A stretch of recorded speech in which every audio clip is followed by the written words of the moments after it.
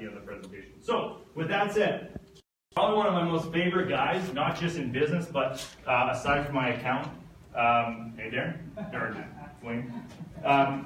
But all honesty, the two people at the back of the room are probably the biggest supporters of my group, of my movement, of my team, of me and my business.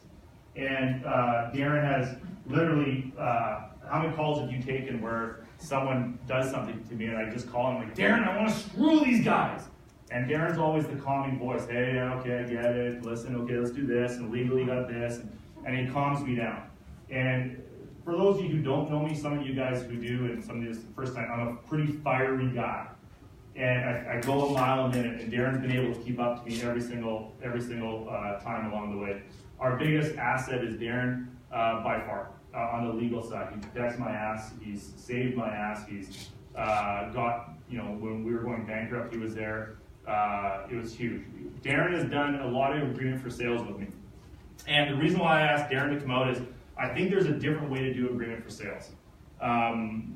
They've been around for a while. They used to be called assumables. Now they've just transferred into this agreement for sales. It showed up in 2008-ish, 9-ish, they started showing up.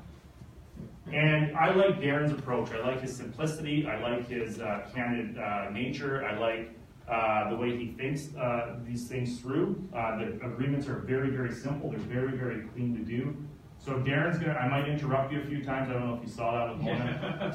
Because there's gonna be some things that you say that might trigger some thoughts, which I want to make sure that they land.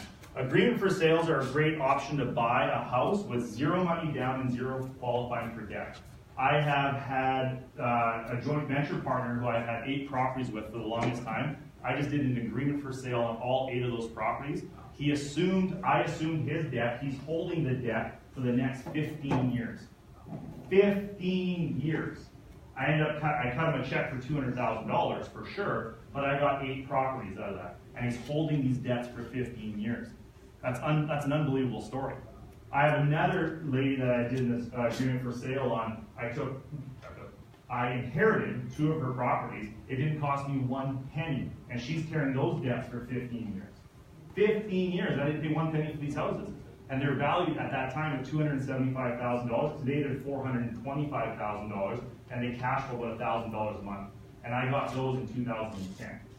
So right now in the market, in a hot market, agreement for sales don't necessarily work because people can just put their house on the market and sell the house. In this market that we're in now, there's a great opportunity right now for agreement for sales. It's how you structure the conversation.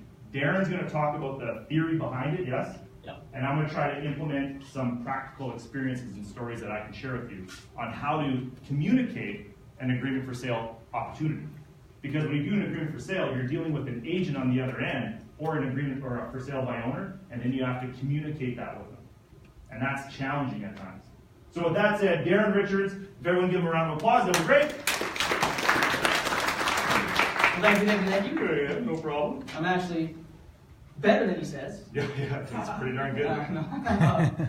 No, appreciate this opportunity. Jerry and I have been working together for a long time, and I can vouch that he's actually a teddy bear underneath that. Oh, well, after you calm me down, I soften up. After I calm him down, he's pretty easy. All right, what we're going to talk about today is agreements for sale. I'll try to get you some kind of background on what they are.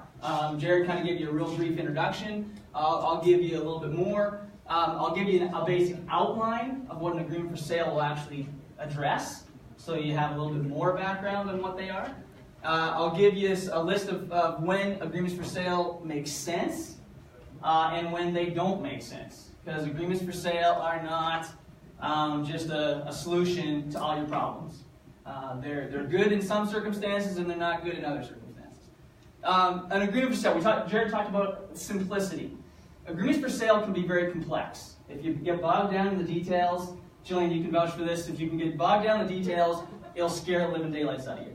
And my job here today is just to kind of give you a simple outline so that you can understand it, and so that maybe you can buy into it and maybe implement it in a circumstance that makes sense for you. So basically, an agreement for sale is just another way to buy property. The only difference is that the seller keeps the title, so you don't get it right away.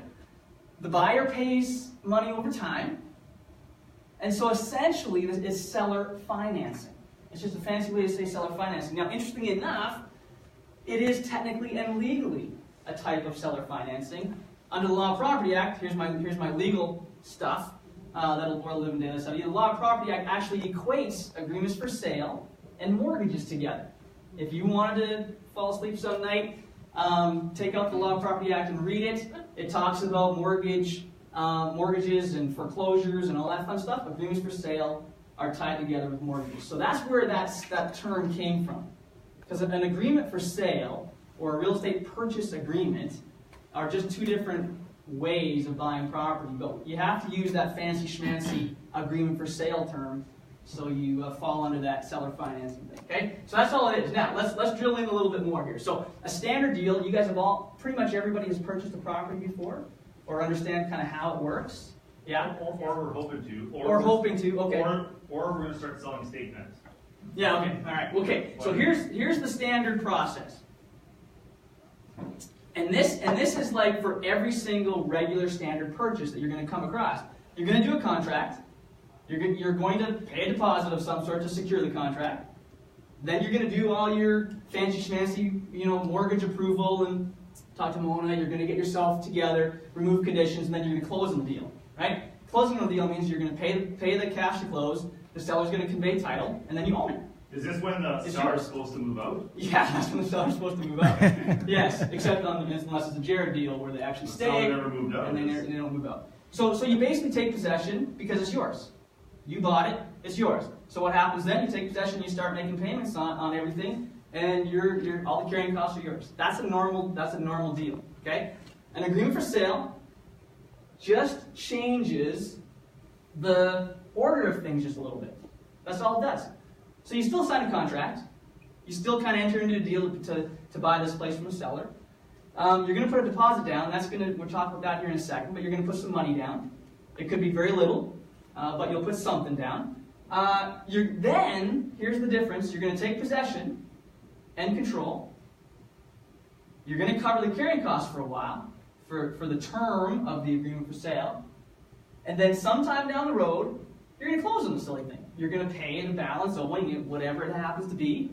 The seller's going to actually convey title to you, and you're going to own it. But that could be in 10 years. That could be, well, as Jared mentioned in the example that he just did, with a multiple property purchase, he was able to negotiate a very long-term agreement for sale. That's not typical. Okay? That's not typical. Most often, agreements for sale match up with the mortgage term that's on there. So that the seller has 3 more years left on their 5-year mortgage. Good chance that they're going to be willing to sell it to you over that 3-year term. Okay? That's the more typical approach. So that's it. So that's the difference. If you kind of get that in your head as a basic summary of what agreement for sale is, then you're going to be further ahead than pretty much everybody out there. Okay? So drilling in. Okay, so this is the basic outline of how an agreement for sale works. Now we talked about the deposit. In an agreement for sale, inevitably the deposit, whatever money it has to be, whether it's $1,000 or a lot more, in some instances, it's going to be releasable and non-refundable. Now who's taking the risk there? Huh? The buyer. The buyer is taking the risk there. Okay? So you got to go in with your eyes open. You're going to be giving money away and not having title and all that kind of stuff. So be aware of that. We'll talk more about that in a second. Possession. Buyer is going to get possession and control the property. Right? Who's taking the risk there? The seller. The seller doesn't have all their money. They're not done the deal yet, and yet they're giving away possession to the buyer. Okay? Carrying costs.